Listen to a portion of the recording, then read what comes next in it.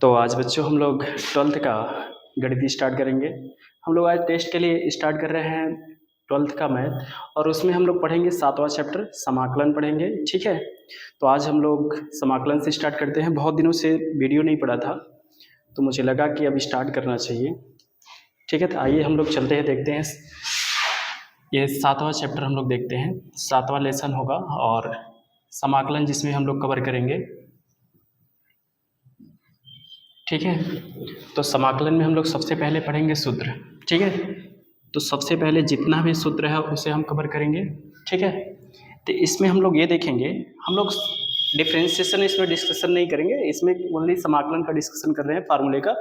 और डिफ्रेंशिएशन का इसके पहले वीडियो बना है तो उसे हम लोग देख लेंगे। ठीक है, आइए देखते हैं। समाकलन का पहला जो फार्मूला होगा, इंटीग्रेशन x पावर n हो और dx हो, तो इसके बराबर जो होता है x पावर n प्लस 1 और बाई आपका n प्लस 1 हो जाएगा और प्लस c।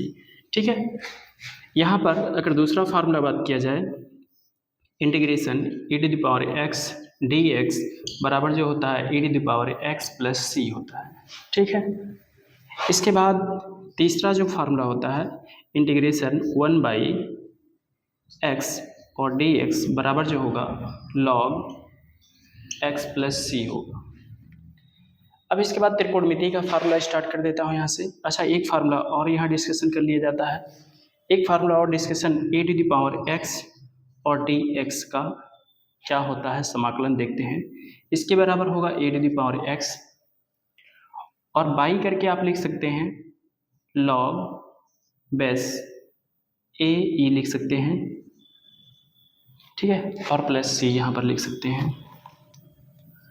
अब त्रिकोणमिति वाला फल का इंटीग्रेशन देखते हैं। त्रिकोणमिति का इंटीग्रेशन का फार्मूला देखेंगे, जिससे यहाँ पर बात करेंगे पांचवा formula, integration sine x dx। और साइन x का इंटीग्रेशन जो होता है वो होता है cos x। क्या होता है? cos x प्लस c पर माइनस में होगा। ठीक है, और छठवां जो फार्मूला होगा, ये cos x का और dx इसके बराबर होगा sin x और प्लस c। इसी तरह से इंटीग्रेशन, अगर 10x का फार्मूला देखा जाए तो 10x का होगा log इससे कि x होगा या प्लस c, या आप यहाँ पर ये भी लिख सकते हैं minus log cos x plus c। आगे फार्मूला देख सकते हैं, अगर हम यहाँ पर sec x का फार्मूला देखें, sec स्क्वायर x dx का फार्मूला देखा जाए तो इसका फार्मूला हो जाएगा 10x। अगर यहाँ पर cosec स्क्वायर x dx देखा जाए, cosec स्क्वायर x dx बराबर जो होगा minus cot x plus c, इसमें प्लस c लिखना जरूरी है। ठीक है, इसी तरह से जो नेक्स्ट फार्मूला है, इंटीग्रेशन sec x और इंटू 10x और dx, जो फार्मूला होगा वो हो जाएगा आपका sec x और प्लस c। ठीक है, इसके बाद नेक्स्ट, तो बच्चों हम इसे मिटाना चाहेंगे।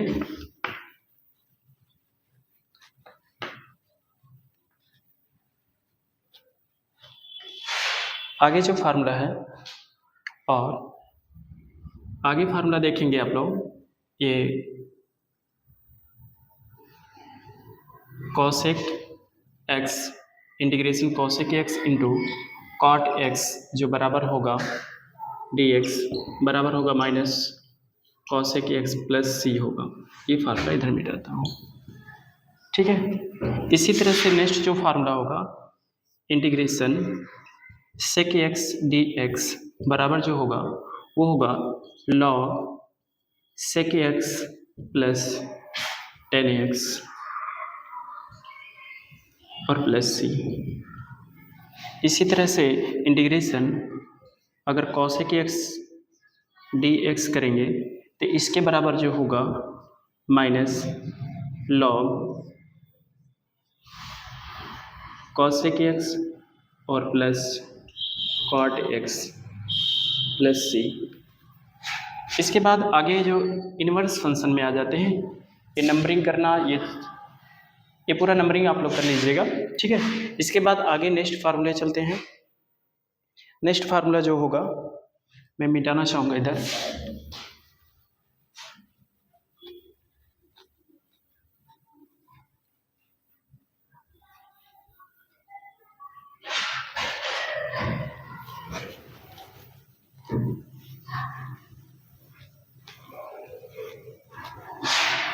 इसमें अब नेक्स्ट जो फार्मूला होगा इन्वर्स फंक्शन का होगा। इन्वर्स फंक्शन में हम देखेंगे इंटीग्रेशन 1/रूट में 1 minus x square D x बराबर, अगर देखा जाए तो इसके बराबर जो होगा हमारा ये होगा साइन इन्वर्स एक्स, या आप इसी को लिख सकते हैं माइनस, ये कॉस इन्वर्स एक्स हो जाएगा, ठीक है, और प्लस सी हो जाएगा। इसी तरह से इंटीग्रेशन 1/1 प्लस एक्स स्क्वायर करेंगे और डी एक्स करेंगे तो इसके बराबर हम लिख सकते हैं ये टेन इन्वर्स एक्स लिख सकते हैं प्लस सी लिख सकते हैं, या आप इसे लिख सकते हैं ये कॉट इन्वर्स एक्स लिख सकते हैं प्लस सी लिख सकते हैं, ठीक है। इसी तरह से हम देखें इंटीग्रेशन 1/x रूट में ये 1 माइनस यहाँ पर एक्स स्क्वायर माइनस 1 और डी एक्स करेंगे तो इसके बराबर जो फार्मूला होगा हमारा होगा ये सेक इन्वर्स एक्स होगा, और यहाँ पर माइनस लगेगा, कॉट में माइनस रहेगा, ठीक है, और प्लस सी हो जाएगा, और यहाँ पर माइनस ये कॉसेक इन्वर्स एक्स प्लस सी हो जाएगा। तो ये इन्वर्स फंक्शन का आपका सूत्र है, ठीक है, नोट करें इसे। फिर नेक्स्ट हम आते हैं, नेक्स्ट फार्मूला इस तरफ लिखना चाहूँगा, नहीं तो मिटा करके यहीं पर लिखूँगा।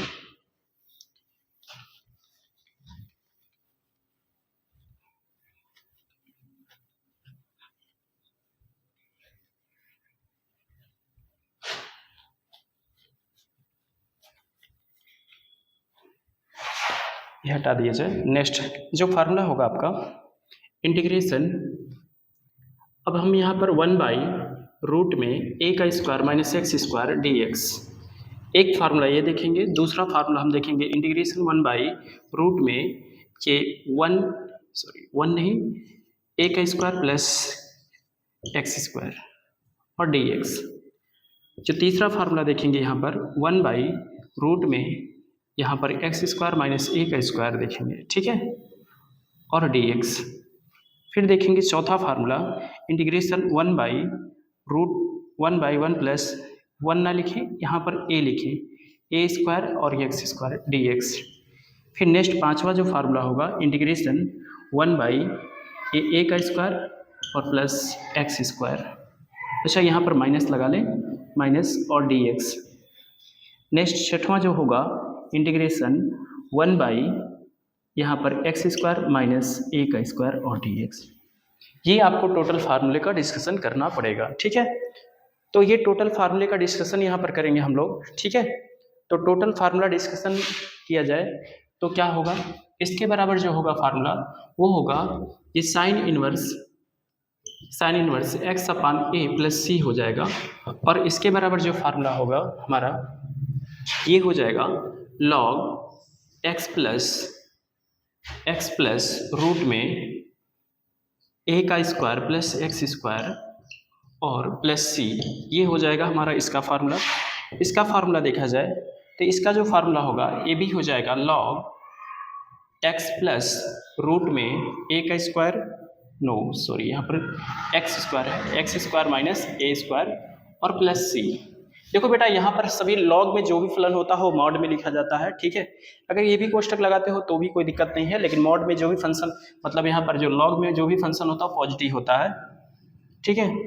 यहाँ पर देखेंगे तो यहाँ पर जो होगा 1/a साइन इन 10 होगा, यहाँ पर 10 इनवर्स एक्स अपान ए प्लस सी, और यहाँ पर जो फार्मूला होगा ये हो जाएगा 1/2a log A plus x by A minus x, और यहाँ पर जो फार्मूला होगा लॉग यहाँ पर a minus x by a plus x और प्लस सी, इधर भी प्लस सी लिखना जरूरी है।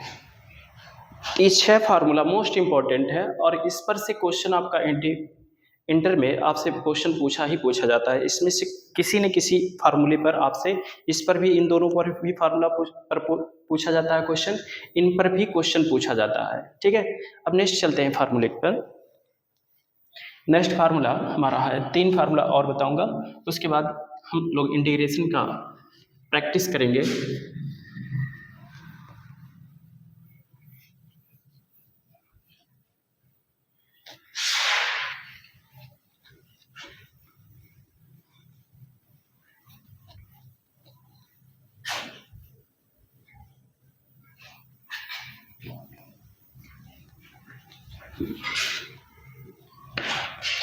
आइए चलिए नेक्स्ट फार्मूले पे चलते हैं।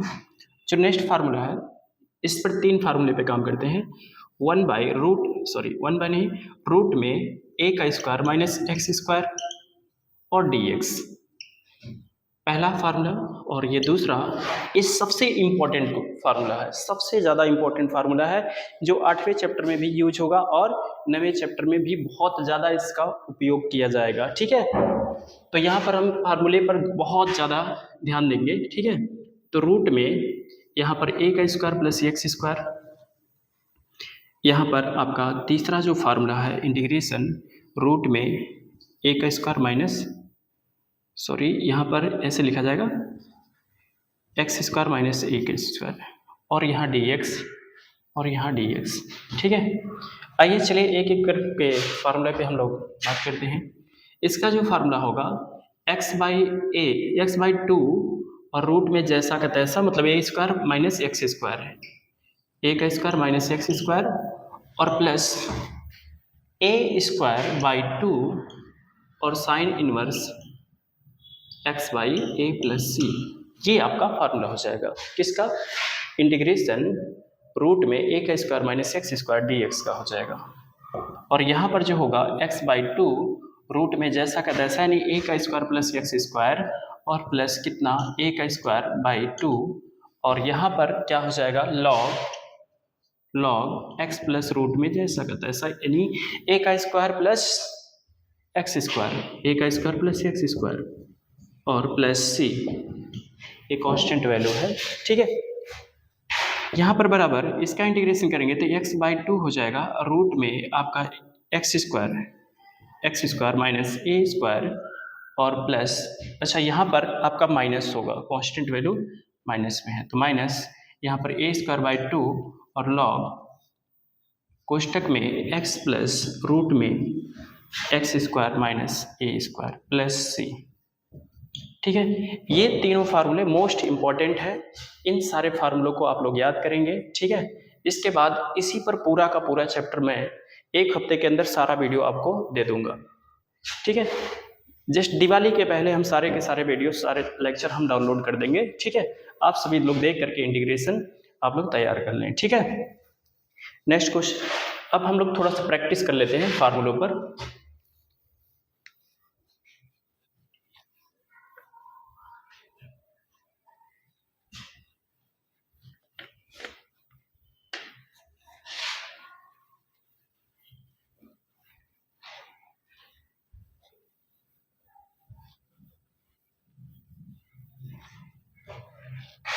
अगर फार्मूले पर प्रैक्टिस करना है तो कैसे करोगे? जैसे हमने बताया था, पहला फार्मूला जो था आप लोग का, पहला फार्मूला था x पे पावर अगर n था और dx था, तो इसका इंटीग्रेशन जब करेंगे तो x पे पावर n प्लस 1 हो जाएगा, बाई कितना n प्लस 1 हो जाएगा और प्लस c, हमने ये फार्मूला बताया था।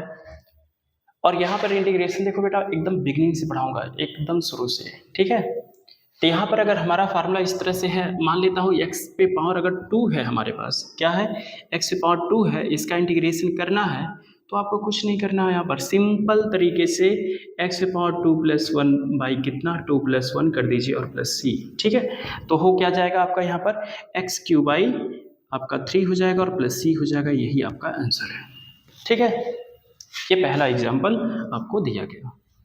नेक्स्ट, अगर दूसरे क्वेश्चन की बात किया जाए, इंटीग्रेशन अगर x पावर 1 बाई 2 है और dx है, तो इसका इंटीग्रेशन कैसे किया जाएगा, इस पर ध्यान दें। कुछ करने का नहीं है, यहाँ पर x पावर 1 बाई 2 और प्लस 1 कर लें और बाई 1 बाई 2 प्लस 1 कर लें और प्लस c, इसी फार्मूले पे एकदम सेम। इसको मान ले एज्यूम करने कि ये एन है, ठीक है, एन पे एक जुड़ेगा और नीचे भी एन में एक जुड़ेगा, ठीक है। तो यहाँ पर क्या हो जाएगा, 2 1 2 हो जाएगा और एक 3 हो जाएगा, तो एक्स की पावर 3/2 हो जाएगा और नीचे भी 3/2 हो जाएगा और प्लस सी हो जाएगा। ये पलट कर 2 ऊपर चला जाएगा, 2/3 हो जाएगा और एक्स की पावर 3/2 हो जाएगा और प्लस सी हो जाएगा। ये आपका फाइनल आंसर है, ठीक है। नेक्स्ट क्वेश्चन की बात किया जाए, इसको मिटा दिया जाए, इस पर और प्रैक्टिस कर लिया जाए।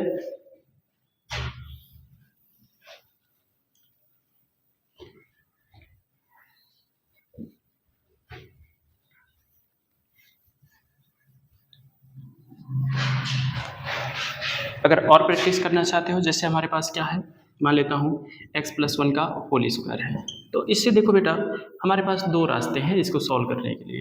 कितने रास्ते हैं? 2 रास्ते हैं। एक तो आप लगा सकते हो, कैसे? आप इसको इस तरह से मान सकते हैं, a + b के होल स्क्वायर में तोड़ दीजिए। a + b के होल स्क्वायर में तोड़ोगे तो x² + 1 का स्क्वायर करेंगे 1 हो जाएगा और प्लस 2ab होता है तो 2x हो जाएगा और इंटीग्रेशन dx हो जाएगा, ठीक है। तो यहाँ पर देखेंगे, या तो आप अलग अलग तोड़ के लगाइए या तो एक साथ इंटीग्रेशन कर दीजिए। तो मैं अलग अलग तोड़कर बता देता हूँ आप लोग को। इंटीग्रेशन x की पावर 2 और dx और प्लस इंटीग्रेशन, यहाँ पर जब 1 है तो 1 के साथ देखो 1 के स्थान पर हम क्या रख सकते हैं, x की पावर 0। x की पावर 0 का मान कितना हो जाएगा, 1 होता है और यहाँ पर dx लगा देंगे और प्लस 2 जो कांस्टेंट वैल्यू है उसको बाहर निकाल लीजिए, इंटीग्रेशन और x हो जाएगा और dx हो जाएगा, ठीक है। यहाँ पर आगे कैसे सॉल्व करेंगे, तो ये तो आपको अभी भी बताया हूँ कि क्या होता है, x की पावर 1 जुड़ेगा 2 में तो 3 हो जाएगा, बट्टे कितना हो जाएगा, 3 हो जाएगा। इसका इंटीग्रेशन करेंगे तो प्लस क्या हो जाएगा, x की पावर 0 + 1 करेंगे तो क्या हो जाएगा, अच्छा 0 + 1 कर लिया जाए, बटे कितना 0 + 1 कर लिया जाए, ठीक है। और प्लस ये 2 x की पावर कितना 1 है यहाँ पर तो 1 + 1 कर लिया जाए और बाई कितना ये 1 + 1, ठीक, प्लस c लगा दीजिए यहाँ पर x³/3 और यहाँ पर प्लस x हो जाएगा और यहाँ पर 2 होगा और नीचे भी 2 होगा, कैंसिल हो जाएगा और आपके पास x² बचेगा, ठीक है, और प्लस c लिख देने का है। यही आपका आंसर हो जाएगा। और चाहो तो सीरियल में से लिख सकते हो, अच्छी तरह से लिख सकते हो x³। अच्छा यहीं पर इसको आगे लिख देता हूँ, यहाँ पर लिख सकते हैं, दिख नहीं रहा होगा, x³ और प्लस x² और प्लस x + c। आप इसे इस तरह से लिख सकते हैं, ठीक है।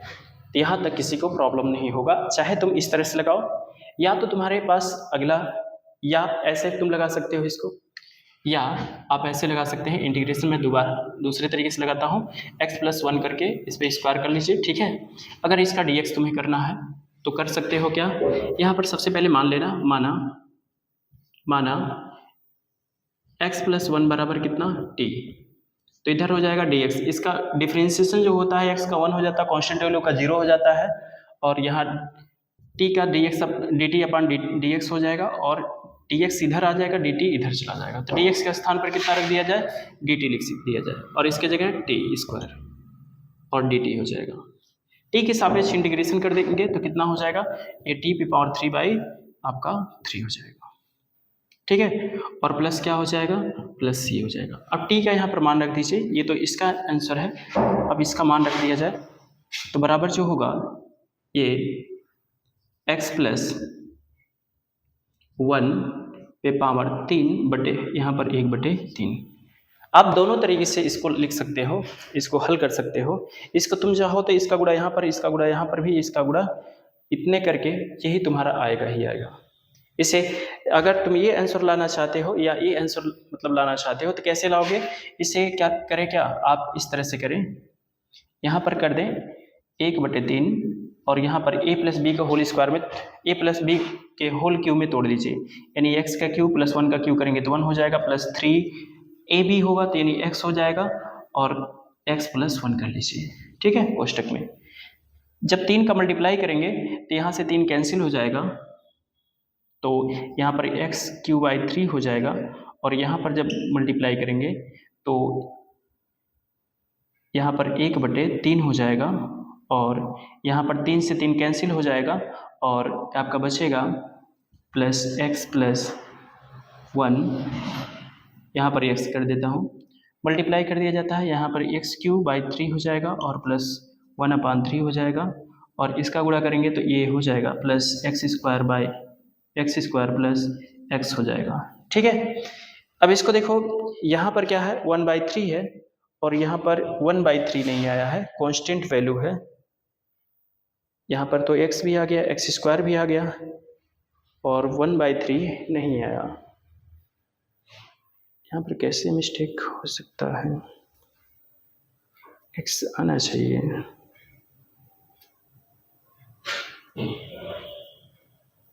चलिए बेटा, इसमें तो मिस्टेक नहीं है, इसमें से एक बार देख लिया जाता है, इसमें x पावर 1 ही होगा और 1 तो नहीं, 1/3 तो नहीं आया है,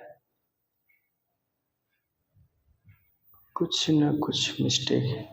देखो बेटा, जब इस तरीके से लगाओगे तुम्हारा आंसर ये आएगा और इस तरीके से लगाओगे तो तुम्हारा आंसर ये आएगा। मैं एक बार चेक कर लेता हूँ, x square plus 2x plus 1, ठीक है, इसका इंटीग्रेशन करेंगे समथिंग आ जाएगा। सब कुछ ये भी सही है, इसको देखा जाए तो ये भी तुम्हारा सही है यहाँ तक, और इसके नीचे देखेंगे तो x³ हो जाएगा और यहाँ पर भी गुणा हो जाएगा, 1/3 का मल्टीप्लाई होगा तो ये हो जाएगा 1/3 आ जाएगा, x का मल्टीप्लाई हो जाएगा x² और प्लस 1, ठीक है, 1/3। अच्छा, यहाँ पर कांस्टेंट वैल्यू ध्यान दीजिएगा, जब यहाँ पर डिफरेंशिएशन आपने मान कर किया x + 1 का, तो मैं यहाँ पर एक चीज़ बताना चाहूँगा, यहाँ जो कांस्टेंट वैल्यू जो है ना वो c के रूप में आ गया। कैसे आया है ये भी तुम्हें चीज़ें बता रहा हूँ कि जब यहाँ डिफरेंशिएशन किया गया है तो डिफरेंशिएशन में जो 1 था वो कांस्टेंट वैल्यू के साथ डिफरेंशिएशन जब किए तो कैंसिल हो गया। जैसे मैं एग्जांपल के तौर पे देना चाहूँगा, जैसे मान लेता हूँ कि हमने x का डिफरेंशिएशन किया, d/dx किया, ठीक है, तो बराबर हमारा क्या आएगा, 1 आएगा। ठीक है, अगर 1 का इंटीग्रेशन किया जाएगा तो बराबर क्या हो जाएगा, आपका x आ जाएगा प्लस c आ जाएगा, x आएगा केवल। ठीक है, अगर मैं यहाँ पर x + 1 का डिफरेंशिएशन करूँ, dx करूँ, तो हमारे पास 1 आएगा। अगर 1 का इंटीग्रेशन किया जाए, dx किया जाए, तो बराबर क्या आ जाएगा, x। एक और एग्जाम्पल लेना चाहूँगा, यहाँ पर x + 2 का डिफरेंशिएशन करना चाहूँ, dx करना चाहूँ, तो यहाँ पर हो जाएगा, देखो यहाँ पर कवर नहीं कर रहा होगा, वीडियो दिखाई नहीं दे रहा होगा, तो इससे मैं यहाँ पर मिटा करके बातें करना चाहूँगा क्योंकि वो चीज़ें आप लोग को यहाँ दिखाई नहीं दे रहा। तो मैं तुम्हें बताना चाहता हूँ कि ये 1/3 कैसे यहाँ पर आया और यहाँ पर नहीं आया कैसे, वो चीज़ें मैं बताना चाहता हूँ आप लोग को। ठीक है, तो मैं यहाँ पर तुम्हें लॉजिक देना चाहता हूँ क्योंकि इसमें एक बार t जब माना गया तो डिफरेंशिएशन किया गया और डिफरेंशिएशन जो कांस्टेंट वैल्यू है वो गायब हो गया है। इस चीज़ को दिखाना चाहता हूँ। अगर मान लेता हूँ x का डिफरेंशिएशन d/dx करते हो तो बराबर क्या आता है, 1 आता है। 1 का इंटीग्रेशन करते हो तो dx करते हो तो बराबर क्या आता है, x आता है। ठीक है, अगर d/dx करोगे x + 1 का तो आपका आ जाएगा, यहाँ पर आपका 1 आ जाएगा। 1 का इंटीग्रेशन करोगे तो क्या आ जाएगा, dx करोगे तो प्लस आपका x आ जाएगा, आपका x आ जाएगा। लेकिन यहाँ पर देखो, यहाँ पर आपने x का भी आपका क्या हुआ, अगर फिर पुनः डिफरेंस, यहाँ पर ध्यान दीजिएगा, इंटीग्रेशन देखो कहा जाता है कि डिफरेंशिएशन का उल्टा ही क्या हो जाता है, इंटीग्रेशन होता है। तो यहाँ पर डिफरेंशिएशन करने के बाद जो आया है वही क्या है, यहाँ डिफरेंशिएशन करने के बाद जो आया है उसका इंटीग्रेशन कर दो तो डिफरेंशिएशन मिल जाता है, लेकिन यहाँ पर मिला है, परंतु यहाँ पर डिफरेंशिएशन करने पर, इंटीग्रेशन करने पर नहीं मिला। यहाँ पर 1 क्या हो गया, गायब हो गया, जो कांस्टेंट वैल्यू था। अगर एक एग्जांपल और लेंगे, d/dx लेंगे और किसका कर लेंगे, x + 2 का, तो यहाँ पर मिलेगा आपको खाली 1 मिलेगा, और 1 का इंटीग्रेशन करोगे तो dx करोगे तो बराबर क्या मिलेगा, x मिलेगा। ठीक है, लेकिन यहाँ पर फिर 2 गायब हो गया, 2 मिला नहीं ना इंटीग्रेशन। डिफरेंशिएशन का जो डिफरेंशिएशन करने के बाद जो मिलता है उसका इंटीग्रेशन कर दिया जाए तो जो डिफरेंशिएशन में फलन लिया गया था उस फलन का आ जाना चाहिए, लेकिन यहाँ पर नहीं आया। तो इसलिए इंटीग्रेशन में जो होता है, जो कांस्टेंट वैल्यू डिफरेंशिएशन में गायब हो जाता है उसी को प्लस c के रूप में लिख दिया जाता है। ठीक है, और यहाँ पर क्या हुआ कि जब हमने इसको t मान कर किया डिफरेंशिएशन इंटीग्रेशन, तो यहाँ पर एक बार डिफरेंशिएशन करना पड़ा है हमें, डिफरेंशिएशन करना पड़ा, तो यहाँ पर 1 क्या हो गया, गायब हो गया। जब 1 गायब हो जाएगा तो वो क्या हो जाएगा, यहाँ पर कांस्टेंट वैल्यू क्या हुआ, इसमें कांस्टेंट वैल्यू आ गया। अब यहाँ पर c इसीलिए लिखा जाता है कि जब डिफरेंशिएशन करने पर कांस्टेंट वैल्यू गायब हो जाता है तो उसे प्लस c के रूप में रख दिया जाता है। इसी तरह से इसमें भी जो होगा, इंटीग्रेशन कर दिया गया, वो जो कांस्टेंट वैल्यू था वो गायब हो गया, इसलिए प्लस c के रूप में लिखा गया, और इसीलिए यहाँ पर वो कांस्टेंट वैल्यू आ गया है तो इसलिए प्लस c करके यहाँ पर इसको भी प्लस सी करके ही लिखा जाएगा, लेकिन क्या हुआ कि यहाँ पर 1/3 जो होगा कांस्टेंट रूप में आ जाएगा, तो 1/3 जो होगा वो अगर सी डैश इसको मान लिया जाए तो उसे कैपिटल सी के रूप में, मतलब आप इस तरह से लिख सकते हैं।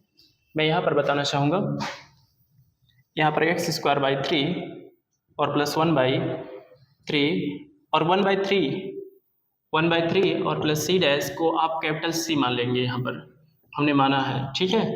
तो यहाँ पर क्या करेंगे, यहाँ पर मिलेगा आपका x² और प्लस x और प्लस कैपिटल सी, तो ये आपका फाइनली आंसर आ जाएगा, दोनों का मैच कर जाएगा। इतने के लिए खाली यहाँ पर इतना इसलिए समझाना पड़ा क्योंकि यहाँ पर 1/3 क्या हो गया था, यहाँ पर 1/3 आ गया था और यहाँ पर 1/3 नहीं आया था, इसलिए हमको इतना समझाना पड़ा, ठीक है। इसके बाद हम नेक्स्ट वीडियो मिलेंगे, ठीक है। जय जय भारत।